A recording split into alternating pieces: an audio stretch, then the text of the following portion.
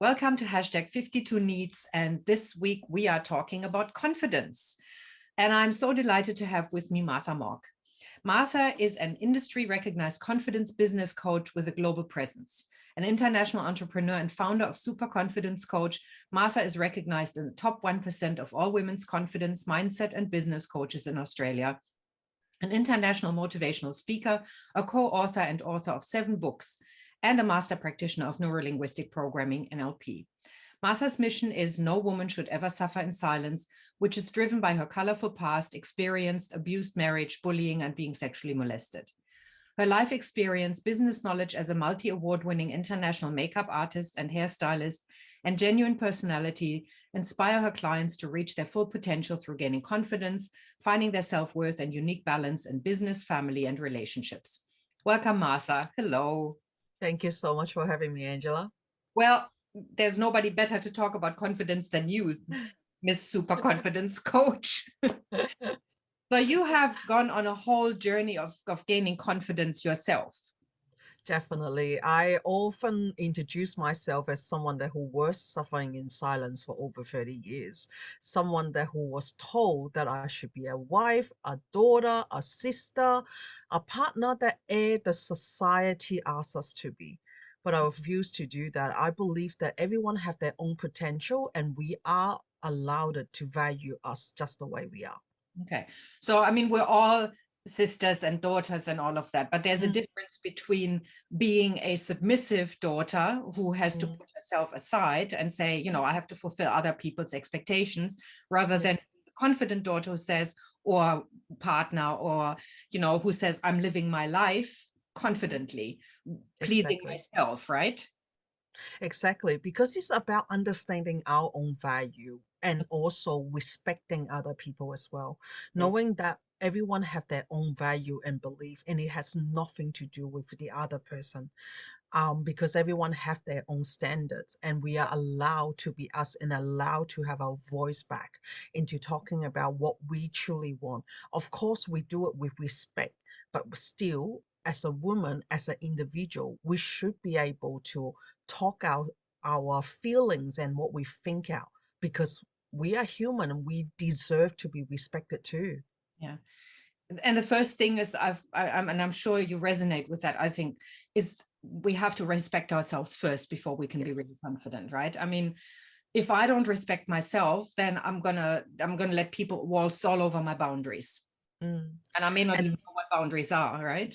oh, definitely. That was the one thing that I didn't learn in my 30 years of being in silence. I thought that being the people pleaser, Mm. being someone that expect me to be, I will get the love, the attention, the care that I wanted. Despite everything that I have tried in my 19 years abusive marriage, I could not get the recognitions from him. I did not get the appreciation from him. It was the moment that when he told me that I was worthless, that I didn't even worth a pile of dirt. That was the waking moment for myself and realizing, hey, I've been the biggest people pleaser, the biggest pretender, Mm. pretending everything was okay in my life. And I realized that, you know what? It is time to ask for help. It is time to step out from that situation and finally learn the key word, self-love. I Mm. didn't understand what that was because when people told me to have self love during that moment, I Mm. often say, what are you talking about? I stay at the most luxurious hotel. I eat the beautiful fine dining. I have the most luxurious handbag. What are you talking about that I don't have self love? I Mm. didn't know what self love was. I thought material was giving myself love. I Yeah. didn't know, just as a simple respect to myself, said, Martha, do you truly want that to happen? Is that what your will are? Instead of bending up my back for everyone else and asking myself, is that what I want? That was the changing moment that I realized what self-love is. Yes. And yeah, it's then and then it's the for me it was because I resonate with that. I mean, I also grew up in a family where confidence was not really encouraged. It Mm-mm. was you know, fitting in and making sure that everybody was happy with me, and whether I was happy or not didn't really matter.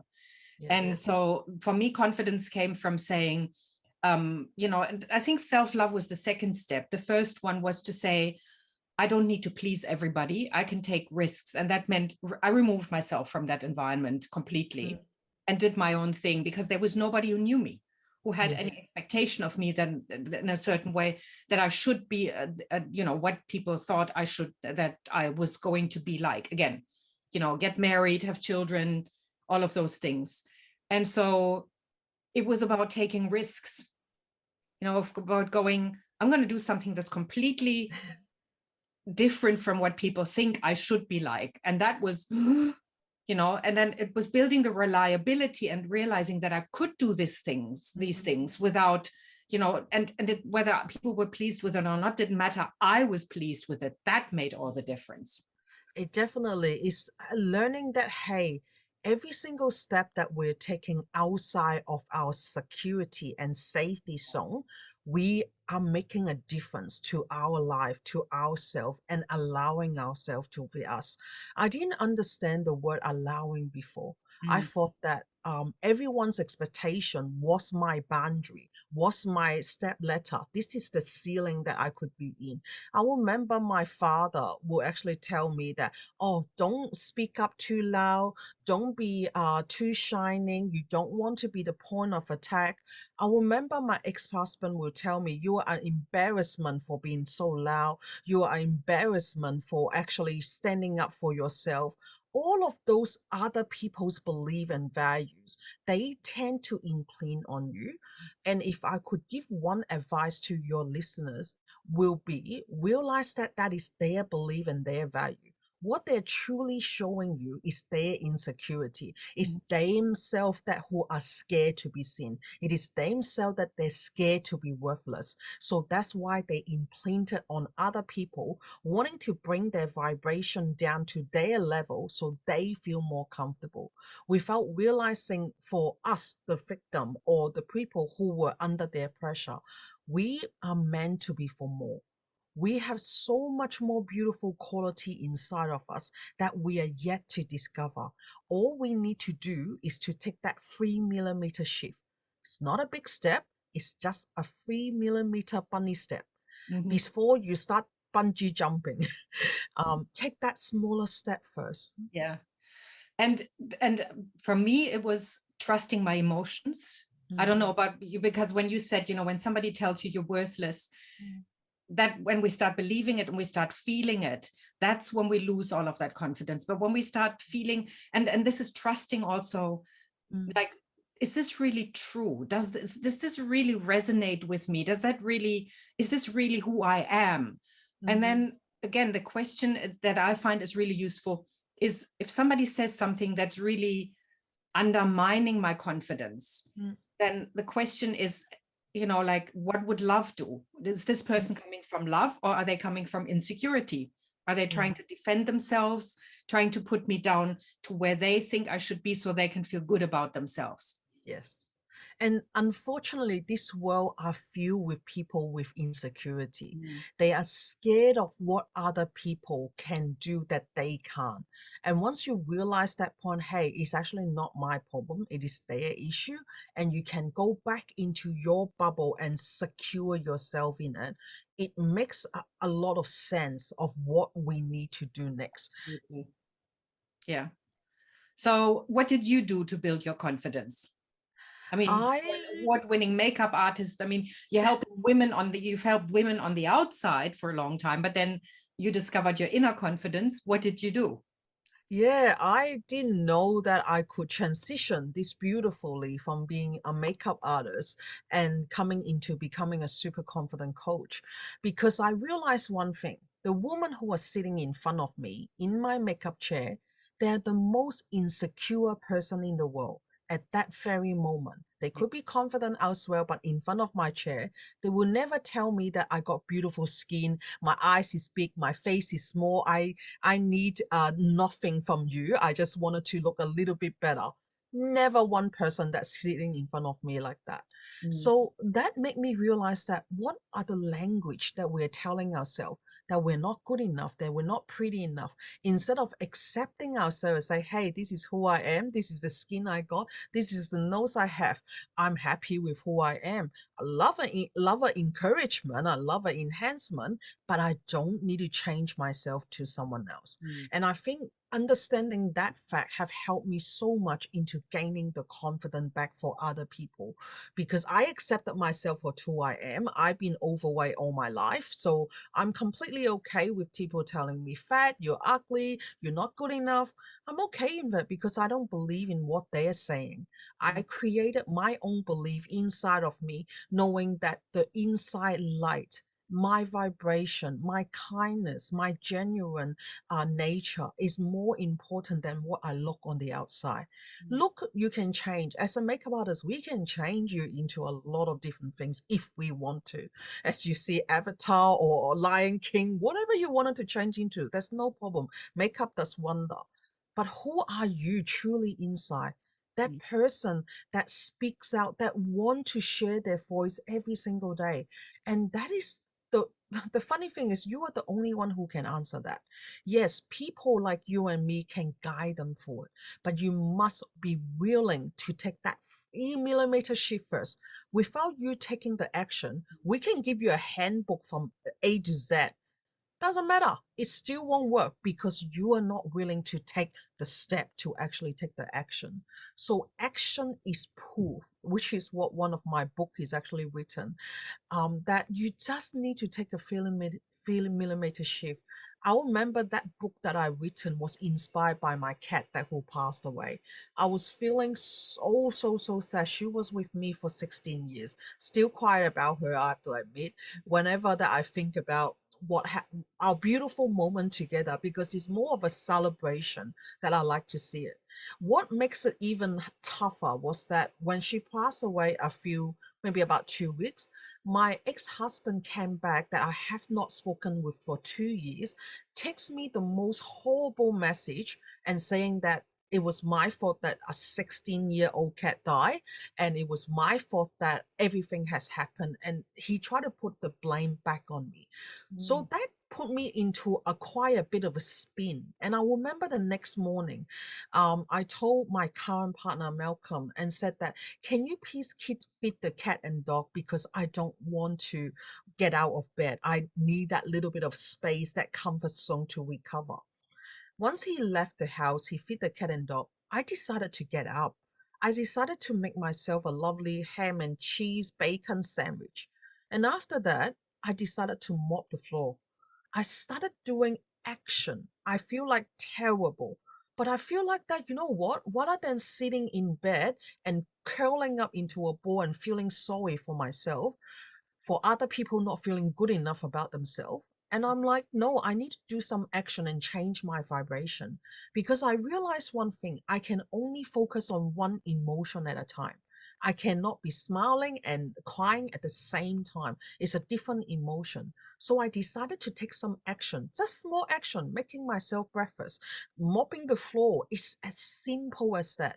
It's by doing those 3 millimeter shift, you're starting to change what you're thinking. You're starting to realize, hey, they're trying to put me down and I'm not going to allow it to happen. All of those little action will be helping you to get out of what emotion state you're doing. It's like realizing that you have two keys in your hand. One key is the key of happiness. The other key is key of sadness. And if I choose to be in that cocoon state, holding the key of sadness, every single door I open will be actually sad. It's like, oh, I burned the toast, or I burned that bacon. Like you will feel bad about everything. But if you're holding the key of happiness, hey, I make myself breakfast, I don't cook. Wow, I mop the floor, I don't clean. All of those things were starting to give you that encouragement. So being able to see the world in gratitude and love and kindness and forgiveness, Mm. it's not about forgiving the other person's action. It's about forgiving yourself for putting yourself through that thing. And be proud of yourself. You survived it. You're the winner. You are the creator of your life. And that's the difference of what true confidence is in your life. Because without that, all you're doing is surviving. Mm. surviving in that victim mentality. Oh, that happened to me. That's what's going on in my life. No, that's a history. That is a past. The person who hurt us didn't even think about us. Mm. It is us that milking on the situation, feeling the pain again and again, and reliving that memory instead of celebrating. Wow, I made it out alive. Wow, this is who I am now. Wow, look at how a beautiful person I'm with right now. All that little bit of gratitude really take us a long way. Yeah.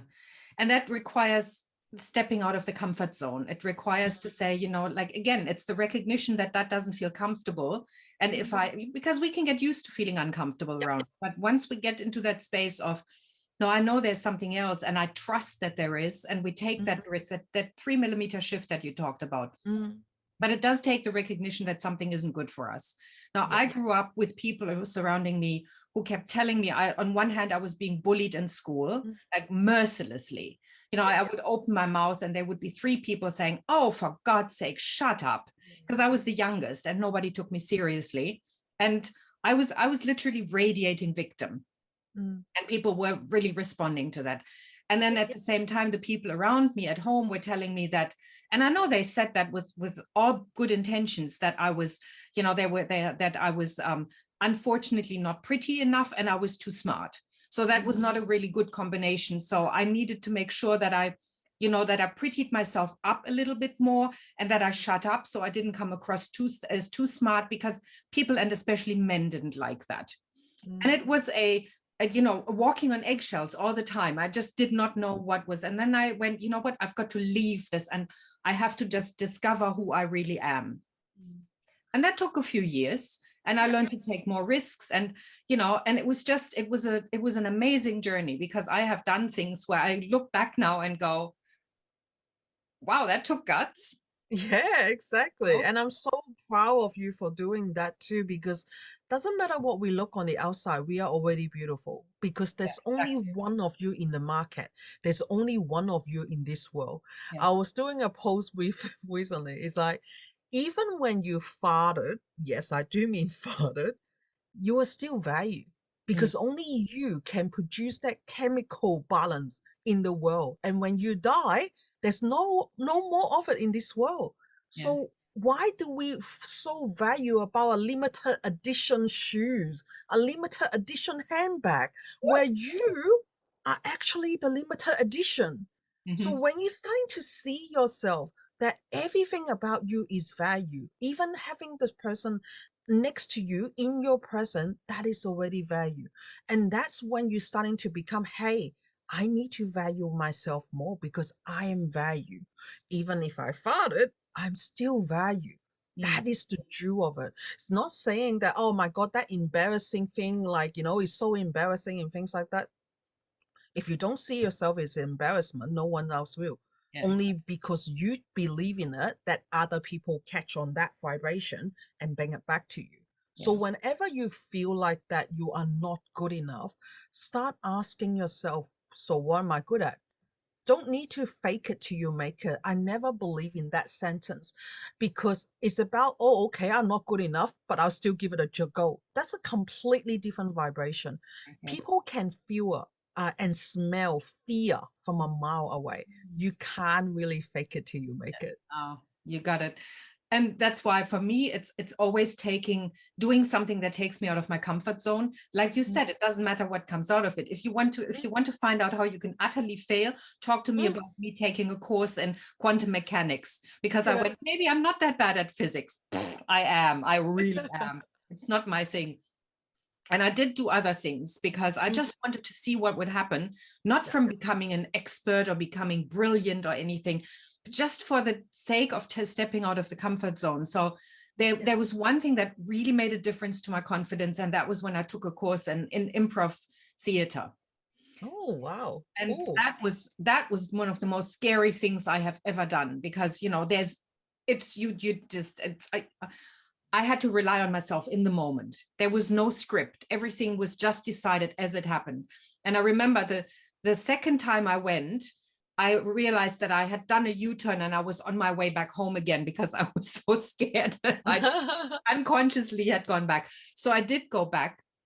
And the one thing that I really learned is when we stop ourselves from being confident, we say, yes, but I'll stay in my comfort zone. And in improv, they say, yes, and. There is no but, there is no stopping. It's like, just go there and see what happens. Mm. And that was brilliant. It is so true. I see so many people get stuck in fear, get stuck in back into their old self, trying to work out what is the worst thing that could happen. And then they plan their self instead of having a cushion that, okay, this is my contingency plan. No, that's my hole. I need to stay in there. And I was just talking to someone last week about it. I said, you don't need to stay in the hole because your future is endless possibility. There's no failure. There's no problem with you. It's just another endless possibility of what the outcome will be. People have to realize something. Our future has not been set. Even if you go to a fortune teller, a psychic will tell you what your future is. They cannot predict the changes that you decide to make because you are the only one who is responsible for your own action and you are the only one who can make something happen. So by taking every single step that we do, we can change our future. And I truly believe in that. Just like that moment, that day on my 40th birthday, I decided enough is enough. That if he thinks that I'm worthless, he can go and actually live his own life while I live my own life. And that's the moment I decided that I need to leave. I need to actually get myself better because I deserve more. I know I'm valued. So I need to prove it by taking action, not just saying it. I see so many people saying for things, but they're not having an action to back it up. It will become a dream. Just like you're sitting here dreaming about La La Land. There's no action to it, so will never become a manifest. A manifest needs to have action step to go and achieve it. It may not be a direct woof, but you will need to start taking some action so to allow the universe to support you to the manifest that you want. And that's how the universe works. Yeah. So step by step. I mean, I love this 3 millimeter shift, just, and I say this to my own clients, and it's like micro changes. You don't need to make a big step. You just take, and this is why New Year's resolutions fail. People go, I haven't been to the gym for the last 6 months, so now I'm committing to going 5 times a week, twice daily. It's like, no, that's not going to build the confidence. It's not going to build the reliability because the goal is too big. But shift small, make incremental changes and make changes every day. Don't rely on the same thing over and over and over again, because that creates that this is who I am. But if you just accept that you're work in progress, that things shift all the time, and that you believe in yourself to be able to do these things, that's when confidence kicks in. Exactly. Give yourself that recognition, that reward. Even if you fail on lifting a 30-kilo weight, but you lift a 25 kilo, hey, that's a good Five is good. idea. That Yeah, is five. Better exactly. than not at all. Exactly. That's really good. I actually just lift up the bar and that was enough for me. But you know what? It was good because I never lifted the bar before. Yes. So maybe that would actually be something that is changing in our life and we are allowed to do it. When you surrender to whatever that you decide the outcome will be, it will happen. And I've been teaching people about using reverse psychology. That is like plan your new year with what you want to achieve from December. So that would be the big goal there. And then work backward from November. This is what you need. From October, that's what you need. So when you back into January, you feel like, oh, it's not too bad. I only need to do 10 steps instead of looking at, I need to do 1,000 steps by December. It's too scary looking at that. But if you actually look at and doing it in reverse psychology, it makes everything a lot more easier to accomplish. Yeah, because you've already done it in your mind. Well, Exactly. that sounds like a good plan, especially since it's the end of the year for us and we can start actually doing this. So perfect time. Thank you so much, Martha. This has been a really inspiring conversation, and hopefully this will give people some ideas for what they can do to plan the next year. Excellent. Thank you so much for having me. Thanks everybody for watching, and yes, go forward with confidence and have fun.